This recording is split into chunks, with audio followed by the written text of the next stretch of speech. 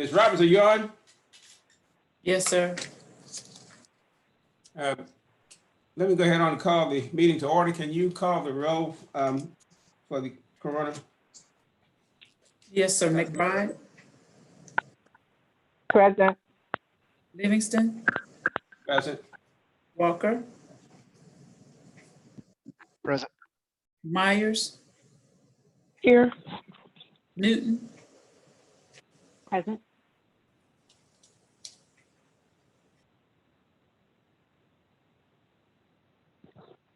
Mr. Chairman? Mr. Talk a Chairman? little bit about an option, try to collaborate with Prisma Health. I know Mr. Brown was to call folks over there. He was following up with a conversation that Ms. Myers had that went very well, that to realize that there's some potential for us to collaborate on some things that may be beneficial to us.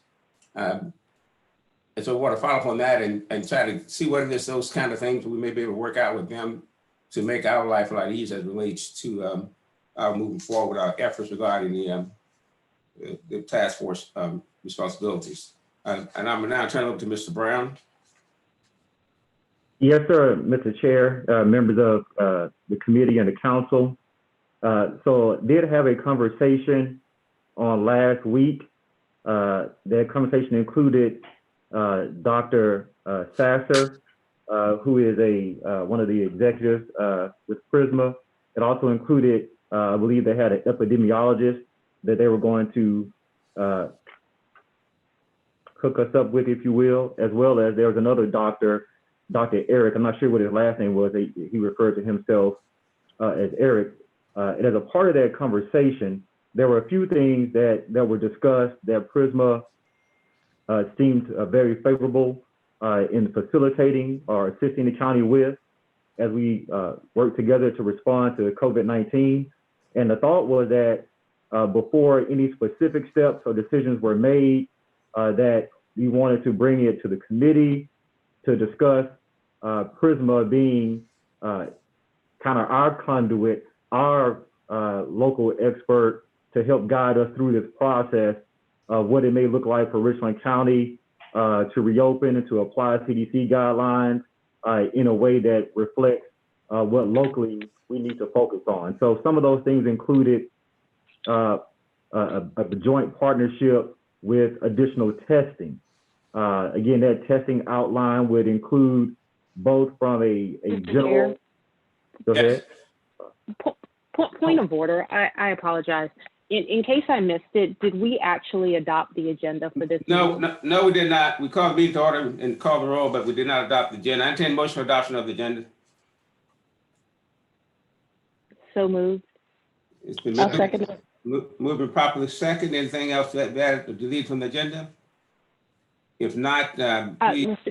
Could I ask a question, Mr. Chairman? Ms. Myers, you want to be recognized? Is that you? Yes, sir. Is Yes, there a please. knocking in any other system? I think there's something. Does anyone else hear a technical glitch in the line? I did not. Okay, then I'm going to disconnect and dial back in.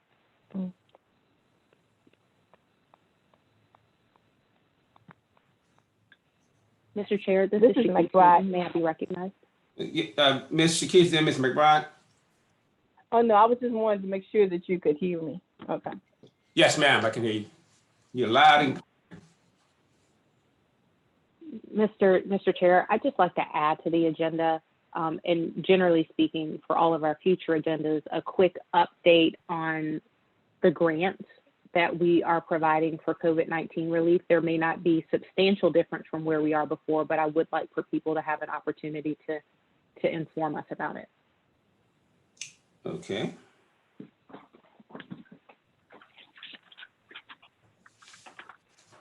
So it's been moved properly second. With the who made the motion for approval? Shakis Newton. Okay, Shakis, so you're adding that to your motion. Yes, please. We'll make that approve the agenda. Yes. And the second of the motions is support That staff. was me, Delia Myers. Okay, so it's moving properly second then for the adoption of the agenda as presented with adding item 3, an update on the grant relief. Any further discussion, reference agenda? There being none, Ms. Roberts, will you please call the roll for the adoption of? McBride, Yes. Livingston, Yes. Walker, Yes. Myers, Myers, yes. Newton. Yes. It passes. And the passes. Thank you very much for that reminder, Ms. Newton. Mr. Brown, you may proceed. So we wanted to, as a part of that conversation with Prisma, we wanted the committee to weigh in on whether or not the committee would agree to partner with Prisma to allow Prisma to serve as our local experts to help guide us through this process of our plan that we are developing for the county to reopen, and as well as not only looking at that for us and giving us feedback and guidance on our plan and how that ties into the medical guidance from Prisma standpoint, from the CDC standpoint, so that we could have a good expert on hand to guide us through that process, consistent with what we believe the council was needing as a part of that process. In addition to that conversation about Prisma serving as our expert liaison, if you will, through COVID-19, there was also discussions about how we could partner together to provide testing both on the public level to the citizens in general, as well as what they may look like from an employee standpoint. So again, those were conversations that we had, but that, again, that we wanted to make sure that before going beyond those conversations, that we got with this committee and ultimately with council to determine whether or not that is something that council and this committee believe would be appropriate and make good sense to have Prisma partner with us in those efforts. Additionally, as a part of that process was, again, guidelines on screening. Screening, again, both from a public standpoint and from an employee standpoint. Again, utilizing Prisma's guidelines and CDC guidelines, and with Prisma guiding us through that process, addressing what that may look like and applying that, again, practically to a reopening process that would be handled by Richland County. So other conversations where Prisma did talk to us about potentially being a supply chain for the county, utilizing their supply chain to help facilitate Richland County receiving potential PPE related items that it needs to supply to its employees so that it can reopen and again serve the public and the public's needs. So those collaboration efforts, those discussions were very positive discussions. Prisma seemed to be very willing to participate and to facilitate those areas that where the county might not have a strength in. And we thought, again, that would be appropriate to bring that to the committee for vetting by the committee and ultimately approval by the council before going out and establishing a partnership in a way that was not consistent or approved by what this council or committee thought would be appropriate. So again, testing and screening, helping us with our plan, putting into practical use for our local environment, again, serving as a potential supply chain gap for the county, as well as, again, leading, helping us to acting as our leading expert in moving forward with COVID-19 response on the local level. So, Mr. Chair, members of the committee, those were some of the discussions that we had with Dr. Sasser and his team. And again, they were very willing. We were hoping to have them on this call today to also share their thoughts and potentially answer a few questions for you that you may have about that potential partnership. I think right now we're still making efforts to see if we can get them on the call, but that was a general outline of the information that we discussed on this past Friday. And so thus we thought it was important to immediately follow up with the committee and hopefully with the council on this potential partnership. Thank you. Ms. Myers, I know you had some brief comments there. You want to follow up on any of the things that was discussed there and share in insights based on your communication? Summarize the call. I think Mr. Brown summarized the call really well. I think his team had a follow-up with them, and I was surprised at the sort of the depth that Prisma was willing to go to support with Richland County. I think they offered up, Mr. Brown will have to correct me on this, I don't remember exactly, but their share of the Prisma Coronavirus Task Force to help us with our planning. And I think that would speak to some of the committee's angst last week about us not having any experts guiding this process.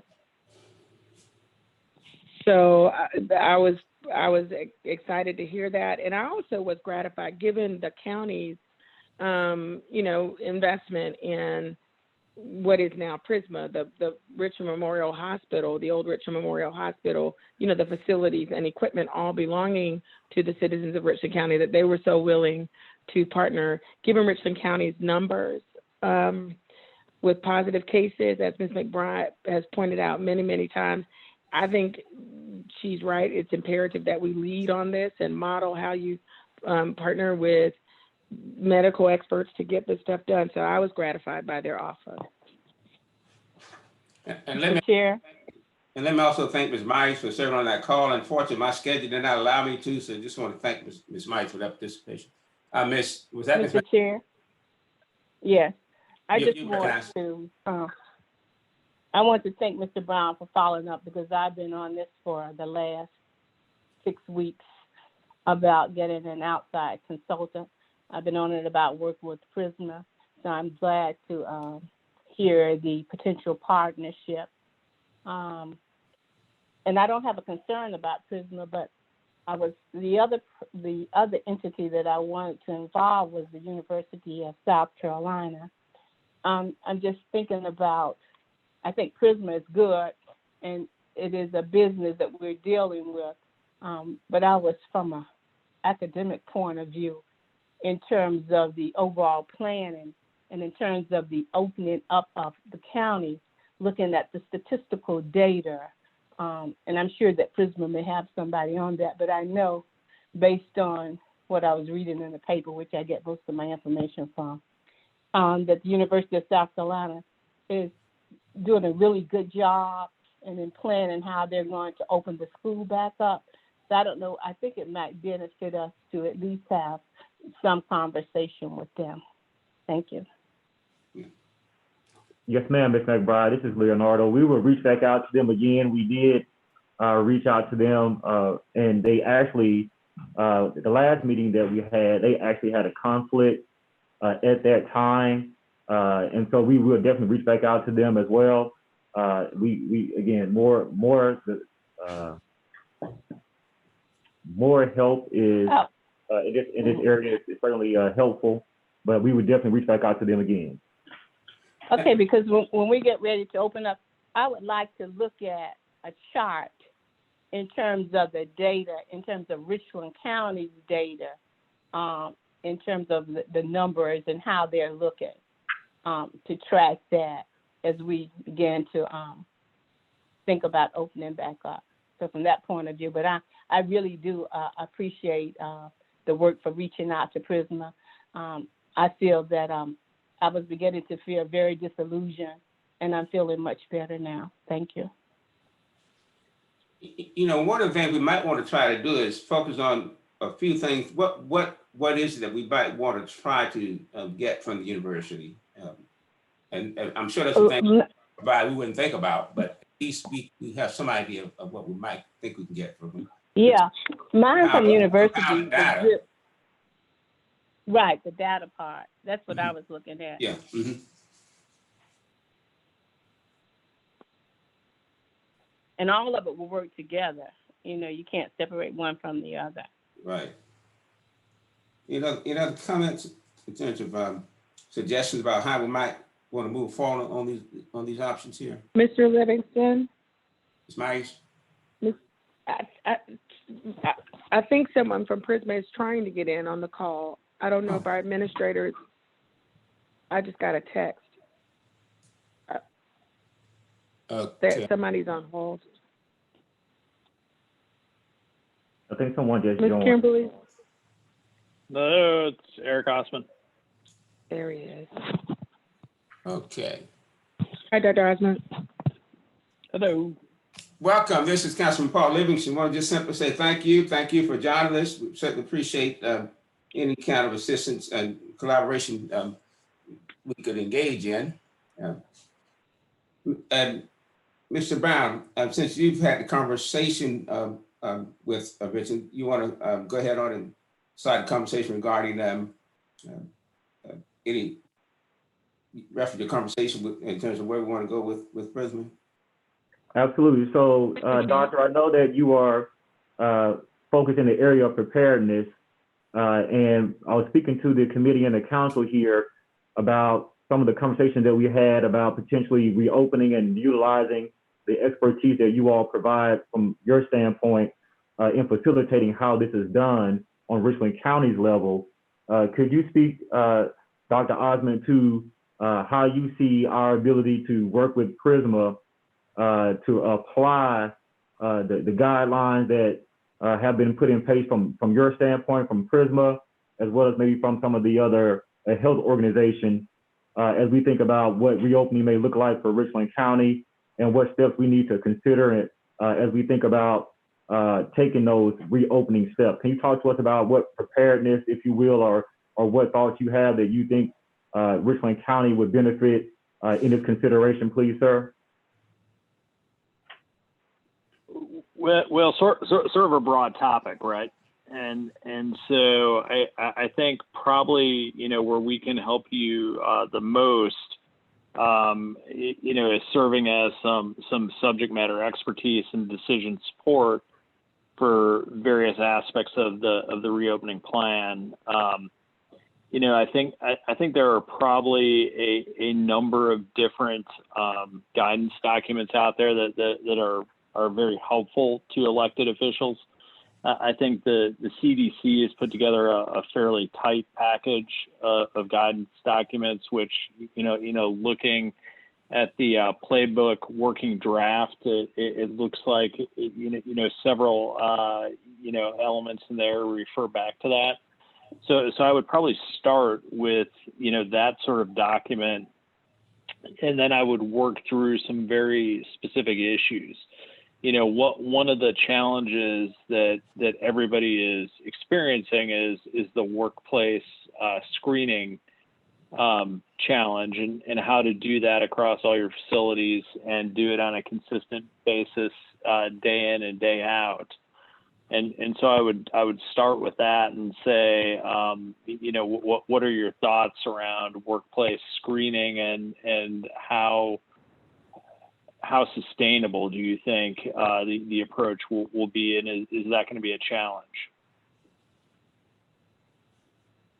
Doctor, if you could, and I'm sorry, I know we had a brief conversation. Could you, for the benefit of the committee, give us just a brief bio so that the folks that are on this meeting can know a little bit about your background and why it would be beneficial for someone like yourself to help facilitate this process? Yeah, so I'm an emergency physician by training. I'm the chief of preparedness at Prisma.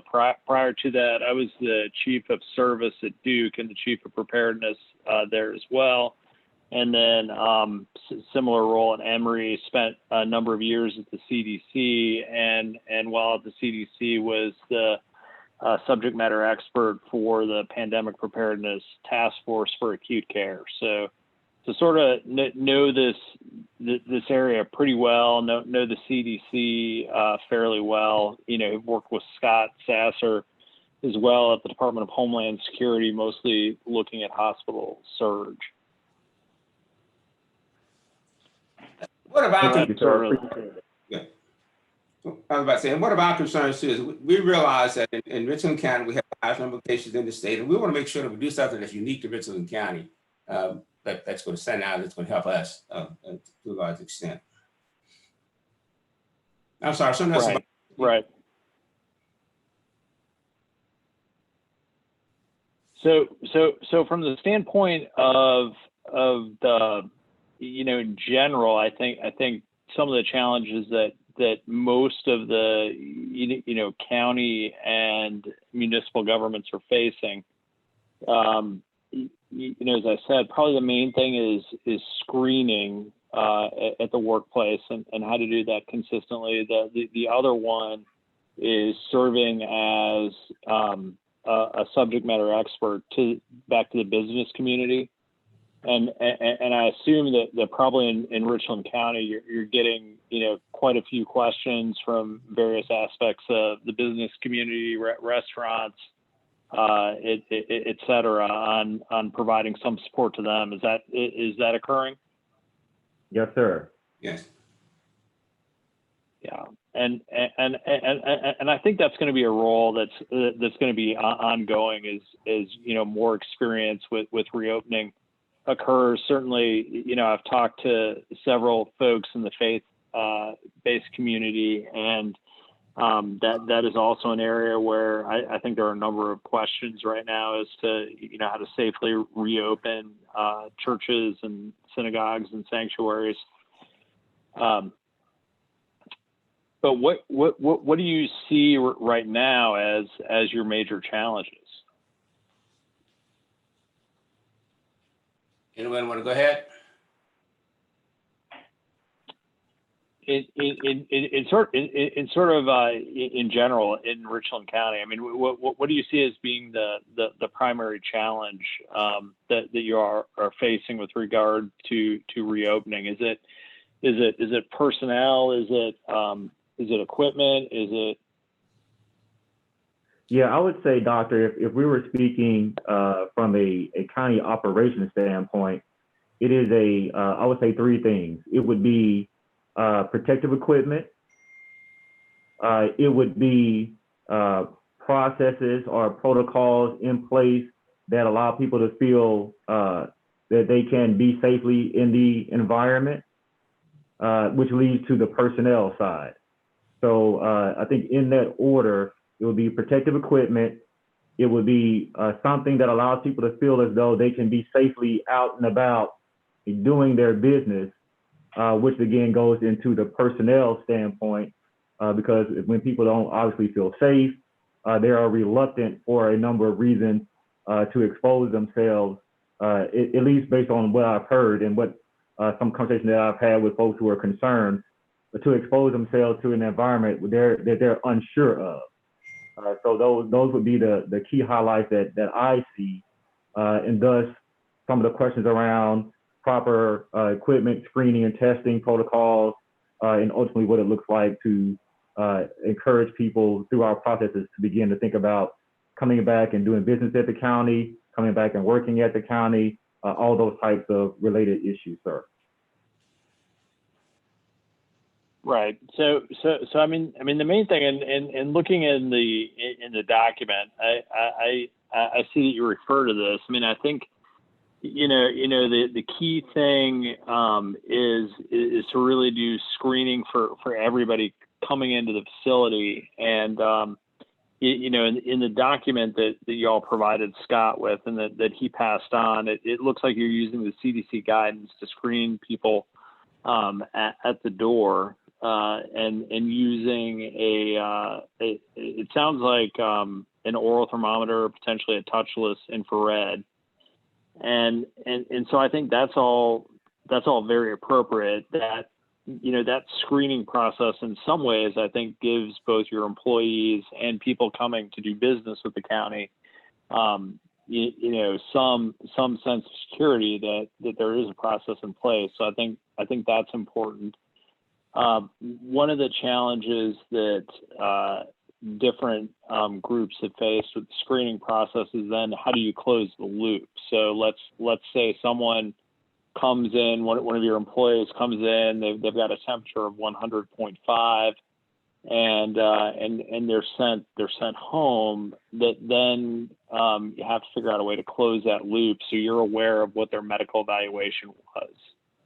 So if they come back, in 2 days, you have a degree of comfort that they were appropriately evaluated and that they're safe to return to the workplace. So that's one of the challenges.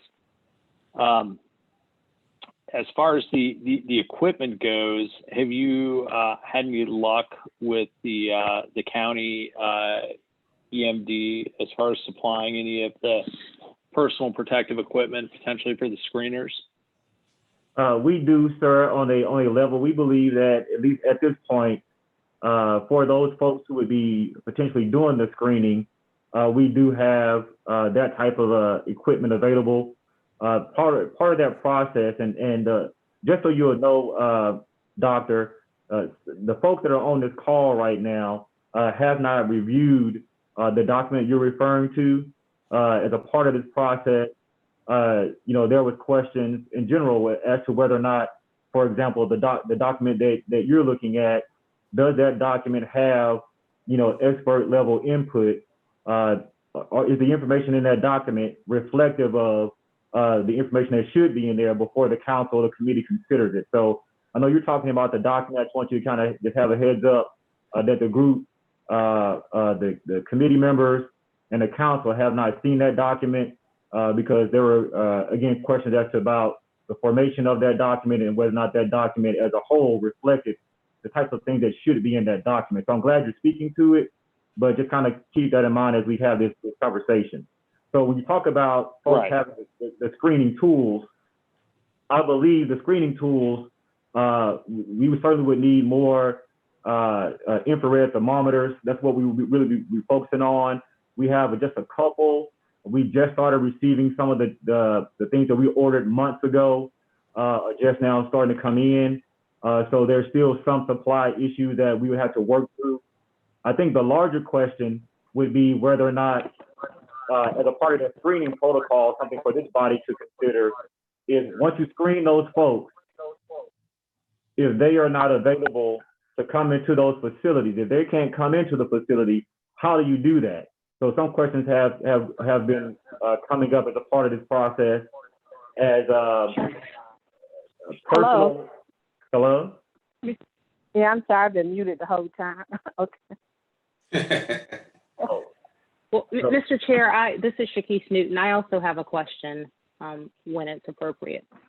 So I can stop there, Mr. Chair. I just trying to make sure Dr. Osmond was aware of some of that information that we were discussing. So. Okay, thank you. Ms. Newton? Thank you, Mr. Chair. I have several questions, but I had my hand raised from before. I'll put those questions on hold. Specifically to right now, I just want to make sure that I'm clear on what we're doing here. My initial understanding was that we were having a conversation about if we wanted to partner with Prisma, to use them for guidance and counsel to help assist us to make sure that we were making appropriate plans as we move forward with coronavirus. At this point, we appear to be having a more technical in the weeds conversation about specific aspects of how we might reopen, but we haven't yet had a conversation broadly. And so I'm very happy and willing to have all the expert guidance that we can have. I just wonder if we need to have that broader conversation first, and perhaps with the exception of a few issues that we need to discuss at the committee level right now, perhaps then come back with those broader recommendations that we can comment on as opposed to talking about individual items. So that's one of my questions. But then secondly, in addition to what Mr. Brown raised as some of the issues, one of the things that I do think we need to think about is, we at Richland County serve people, not just at 2020 Hampton Street. We have staff and team members that interact with the public at many different levels of involvement, whether it's the animal control officer who might be meeting people where they are versus the person in the assessor's office that might have somebody coming to 2020 Hampton Street. And so we have those different environments. We also have millage agencies that might be looking to us for guidance, where we can decide if we want to provide that guidance to those agencies that are looking to us for expertise. So those are some issues as well that I wanted to put out there. But again, more broadly, are we having a conversation about partnership and what that would look like, or are we trying to hash out and in the weeds desk level detail for protocol. The intent was to talk about the partnership in terms of, and in a general sense, some of those kind of things that the partnership could bring. Mr. Chair. Ms. McBride? Yes, thank you. I was muted for maybe about 5 minutes, so that's why I didn't say anything. But my question is in response to the doctor, and I didn't get your last name. So excuse me for saying doc. The question was, I guess my concern is once we get the protocols and all in place, but what do we use or how do we determine when we're ready to open up, to open government back up? So what model should we use? How do we make this determination?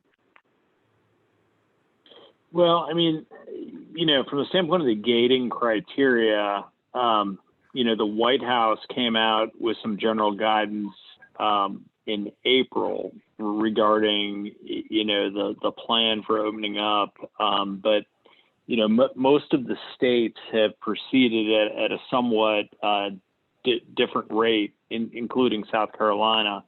One of the gating criteria to start to open up that was laid out, and I think is still very appropriate, is that you would have a 2-week decrease in the number of new cases, and you would and or a significant decrease in the same period in influenza-like illnesses.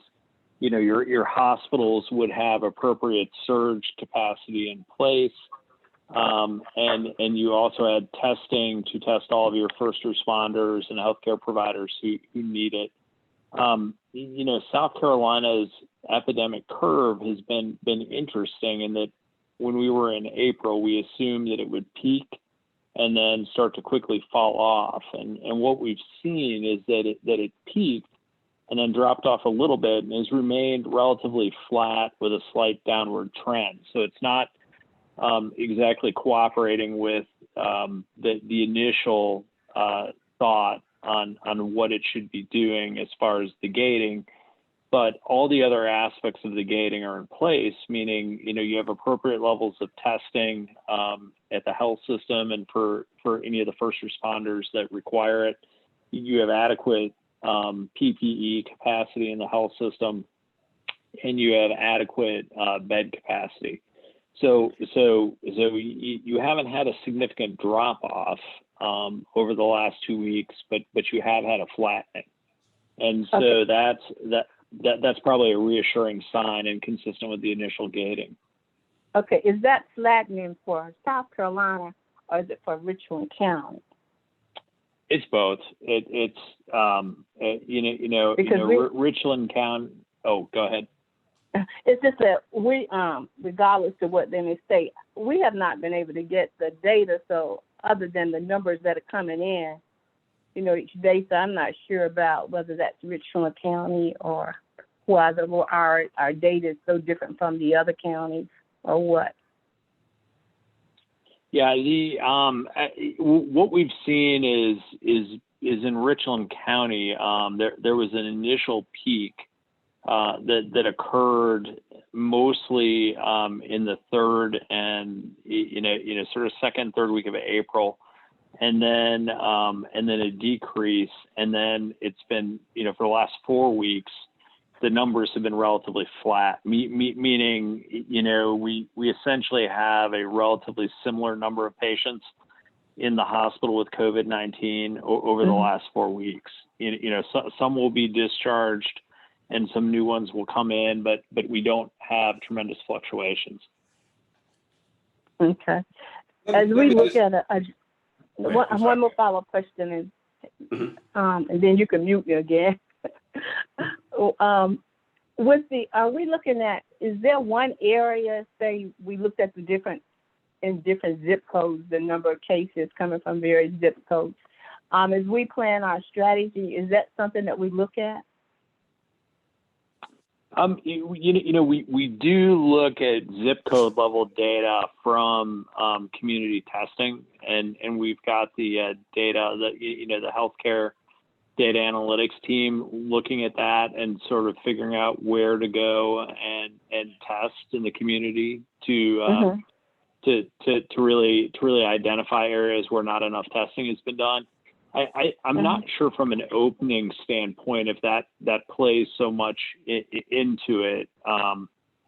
You know, in that you would probably open based on the overall county data. You definitely would test based on the zip code level data, but I think your opening in general will be more of a county level approach.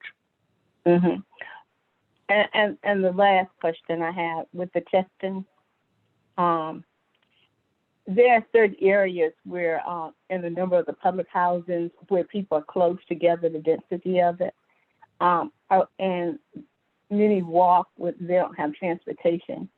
Will testing be done in those areas to address those concerns? We really, you know, tried to partner with DHEC to identify areas that are underserved as far as testing goes.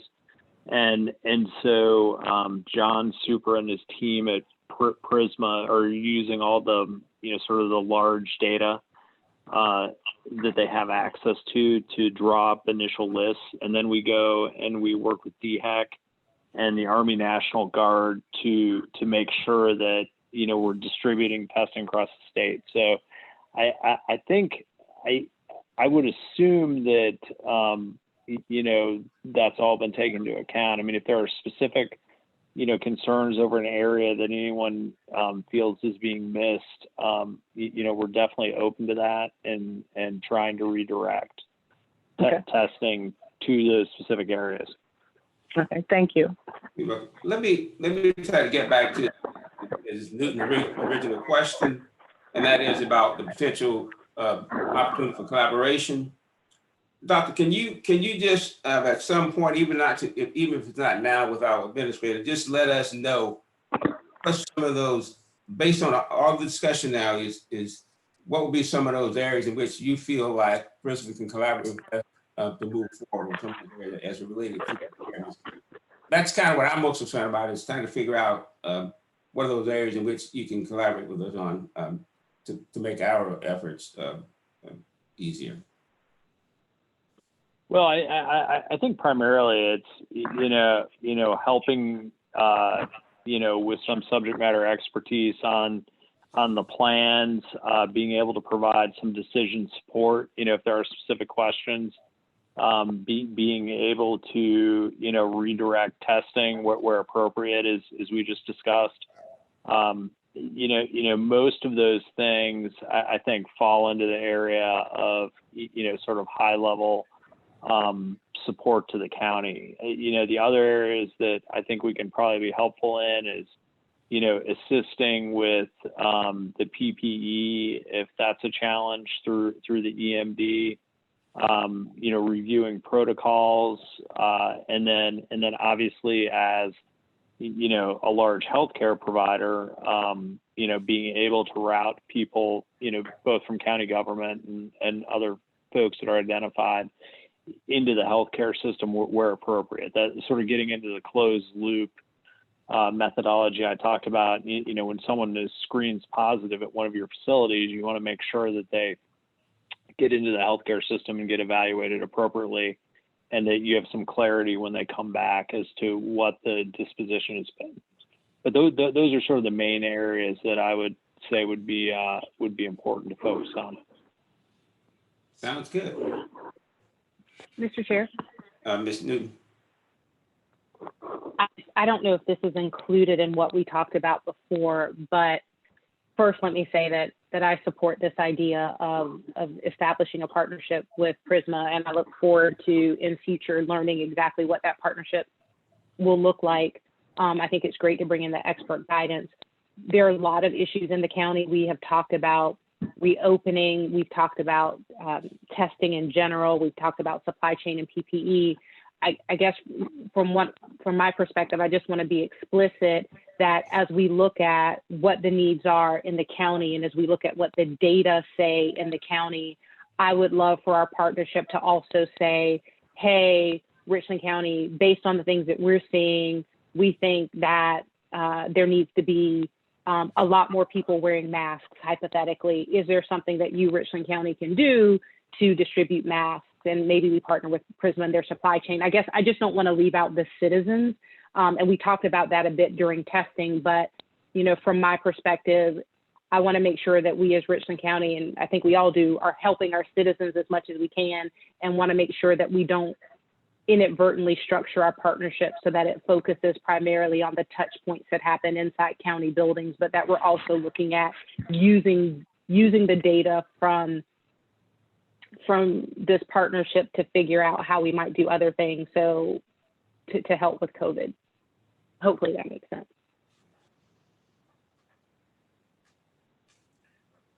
Any other questions? I think that gives us a good idea of what we can engage from the partnership. Do my colleagues, anyone else have any questions? No, I think we have a plan to start with, and I'm looking forward to working with Prisma. Mr. Ryan, I'm going to turn it back to you. Thank you, Mr. Chair. Thank you, Dr. Osmond. I appreciate you joining the call. So just to kind of wrap this up, Mr. Chair, one of the things that we, again, wanted to establish from the committee standpoint was a path forward in utilizing Prisma in the ways that Dr. Osmond has communicated, and not limiting it to those particular things, because obviously as a subject matter expert, we would certainly be open into other areas that they would bring to our attention. But we did want to establish, at least from the committee's perspective, that this would be something that we could move forward with and would be representative of the type of expertise, again, not only limited to this, but it will be type of expertise that the council and committee would feel comfortable with in helping move forward with our planning for how we effectively support our public external and internal needs.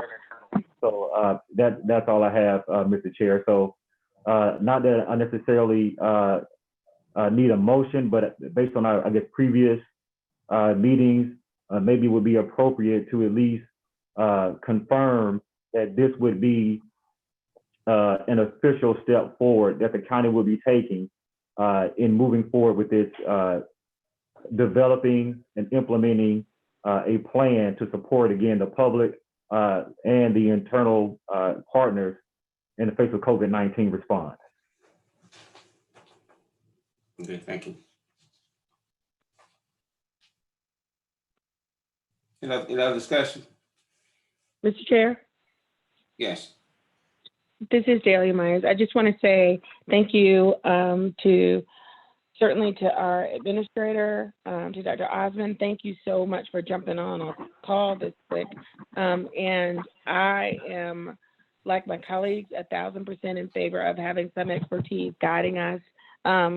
Quite like Ms. Newton said, when do we need to be asking people to wear face covering, nose and mouth covering? When do we need to be asking people to make sure to limit the numbers of people in places? How do we guide all of our constituent agencies and our internal departments in who should be coming to work and when? How should we do shifts? What should we do? And of course, if we can provide some assistance to external entities, houses of worship, things like that, that would all be great. So I'm foursquare, 1,000% in favor of moving forward with the help of Prisma as a partner and guide in this important endeavor. So thank you.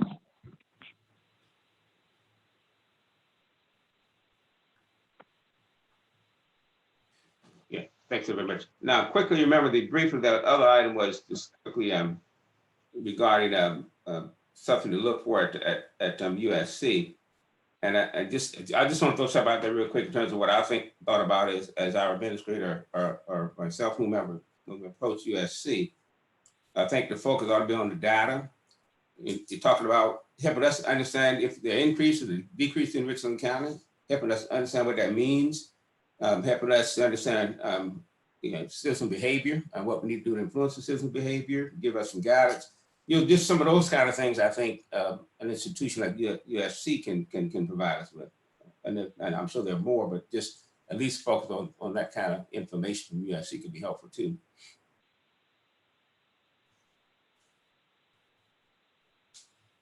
Any other comments?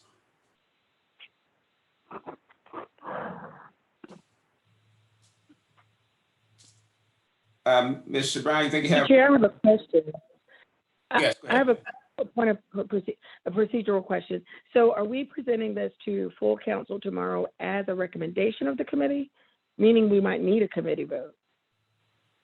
Yeah, I would say we'll at least move forward with some form of collaboration. The intent that we plan to do the collaboration, and we bring something back later, but yeah. So I would. So you need a motion then. Well, why do we need a motion? I don't understand. They charged us with doing this, and that's what we're doing. And they charged the administrator with getting it done. The council did.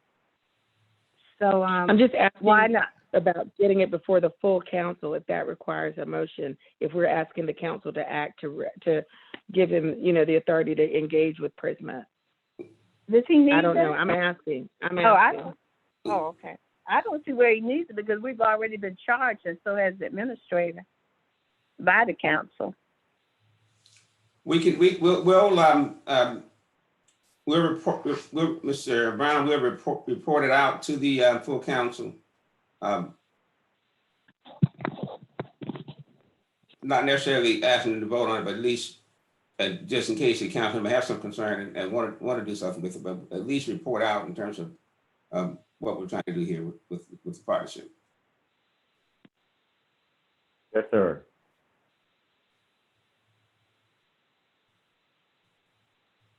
Any other comments?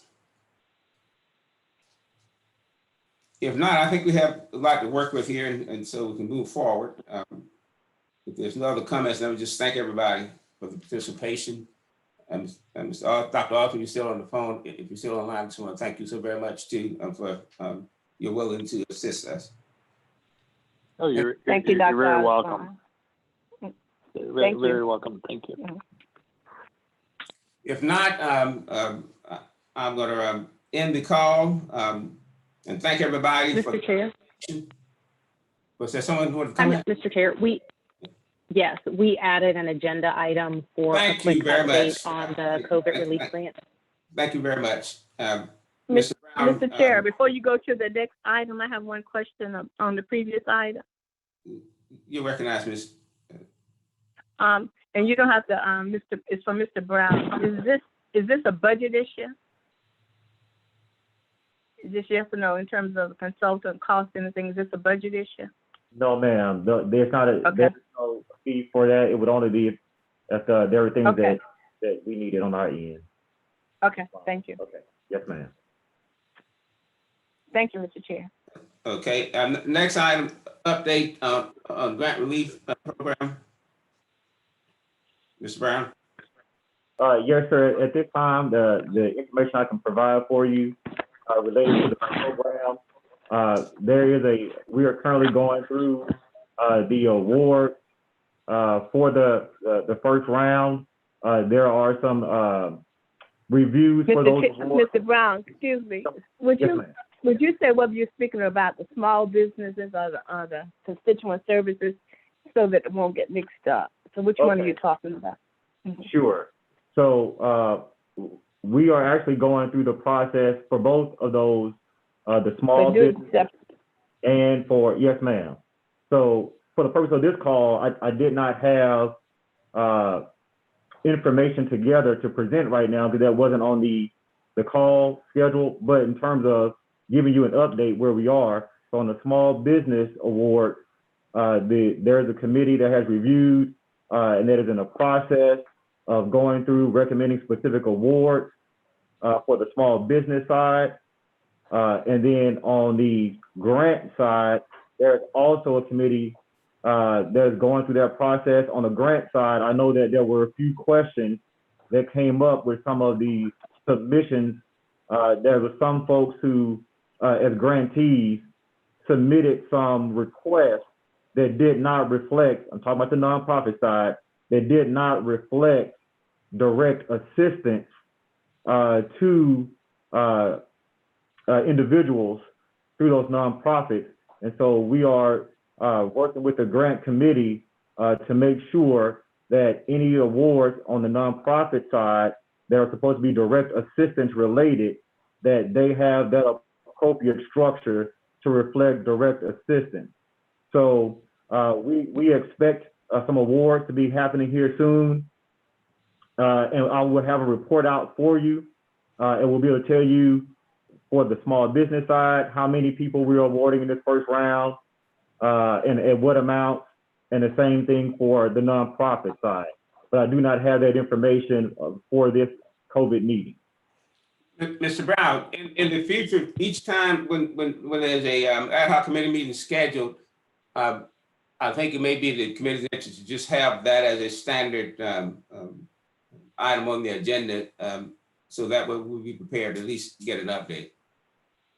Absolutely, yes, sir. Mr. Chair, Yes. this is a question for Mr. Brown. How is the committee, what is the makeup of the committee? So the nonprofit committee, you have a combination of, for the nonprofit, your Tetra Tech, you have an external, I'm trying to remember who I believe his name is Mr. Stephen Hughes, who is your external component. And then you have an internal component, and I can't remember those folks' names. So you have the Tetra Tech, your disaster recovery, COVID-19 response. You have Stephen Hughes, who is external to the county, and then you have an internal component. And then on the small business side, you have a similar committee that's set up just like the discretionary grant program. It was set up the same way. So that's how those two committees are set up, consistent with what you all have done before with dealing with your business program and dealing with assisting nonprofits or through nonprofits. So you have external people and staff, is that what you're saying? That is correct. That's what I'm saying. Yes, ma'am. Okay. Mr. Chair. Yes, ma'am. Could we also get Mr. Chair? Yes. Is it possible for us to get a report also on the consultant company? I can't ever think of its name. Tetra Tech. What they're doing, their status, their work. Have we made that contract? You asked for that now? Well, at the next meeting will be fine. Okay. Yes, ma'am. All righty. Note of that. Mr. Chair, just a question. Mr. Myers, you recognize? With regard to the small business grants that are being made, does that not require a vote? And there's no council representation on either of those committees? Usually. Yeah, usually we do have. Mm-hmm. That's sort of what I meant. You're right, Ms. McBride. What are those awards supposed to be made? But can he answer those Yeah. questions? So I was not aware, Councilmember, I believe it was Myers, that there was an additional vote process. My understanding was that, again, the grant program, whether you're talking about the nonprofits or the business side, was set up in the same vein that your discretionary grant program was set up with. And I don't believe that process involved a set of votes that went back to the council. So it does. It does? During the budget process. Yeah. Mm-hmm. Okay. So that's not what in the program that was submitted. So I'll have to go back. Actually, during that time, I specifically asked that question if it would come back for a vote. And I think Mr. Walker recused himself from voting for it because ultimately he would have to vote on it. I don't know how we can, by ordinance, disperse money without some vote from the people who are supposed to be authorizing disbursements. Yeah. I don't think I don't think we can do that. Okay, so we need to add to the process the potential awards, and they would then come back to the council, and the council will determine whether or not to submit those awards, and at what amount, based on your thought process, or what you believe to be the correct process, Ms. Myers? You just So I make a think it's like recommendation. when we approve, you make a recommendation, like when we approve contracts and other things like that, so that money can go out the door. Okay. You have to have a vote on it. Mr. I Chair. know that we approved the pots of money, but you have now the individual allocations, and those allocations have to have, unless I'm mistaken, they have to have a vote of council so that checks can be authorized. Okay. It's similar to the discretionary grants. You know how you list all the grants and then you put approved, recommended, or not, and we vote from there. Okay. Well, we have not issued any money or given any awards at this point, so we have not acted outside of it at this point. So that is something that we could amend and make part of the process. So we have not submitted anything, so that we hadn't violated that, but that's the process. Mr. Brown, Yes, ma'am. do you have a list of potential awardees that's ready to be, for example, brought before council tomorrow, so that we don't hold up the money getting out the door to these businesses? No, ma'am. I Mr. mean, Livingston, is that appropriate? Yeah, well, you got some council members saying they want to see the list before tomorrow. Yeah. well, so to answer to your question is, no, ma'am, I have not received a list of awardees or potential awardees at this time, so I don't have that. And I just wanted to make sure that I'm not missing something also. Could just be a conversation piece. Is there a separate item for tomorrow in addition to what's today, or I'm trying to get my meetings. Am I messing up my meetings? Is there other meetings for tomorrow that are? No, I'm at today. I'm sorry. Okay, no problem. I know we have several meetings this week, so okay, but no, ma'am. Sorry, Mr. Brown, I'm on the wrong day. Okay, yes, ma'am. But no, ma'am, I have not been given a list of awardees at this point. We should, it shouldn't take that long for the grants. It's been a while now. So, Ms. McBride, I agree with you, but to your point earlier, we did go back, and I think this was reported out, we did go back and assist folks who were trying to apply for a Richland County relief fund, so that in fact that we could make awards. And so that's part of some of the delay. We wanted to make sure that folks were able to access the funds and did not just want to cut off and just tell folks that, you didn't make it. So that's part of it. I'm sorry. I appreciate that, but it's how many weeks it's been, but that's okay. Yes, ma'am. So we opened this up on the 27th of April. And then and during that time, over that first receipt, I believe we received over 283 applications. I didn't mean, Mr. Brown. Let me just I know we got a lot of detail, but we're running into the time of the next meeting, so that's really okay. I want to apologize. We're running into the time of the next 4 o'clock meeting. Is there a wrap up we can do here real quick? Any final wrap up comments anybody want to make? And I think it's very clear we want to at least get those recommendations to council as soon as possible regarding the grants. Of course, It should be a master list, Mr. Chair.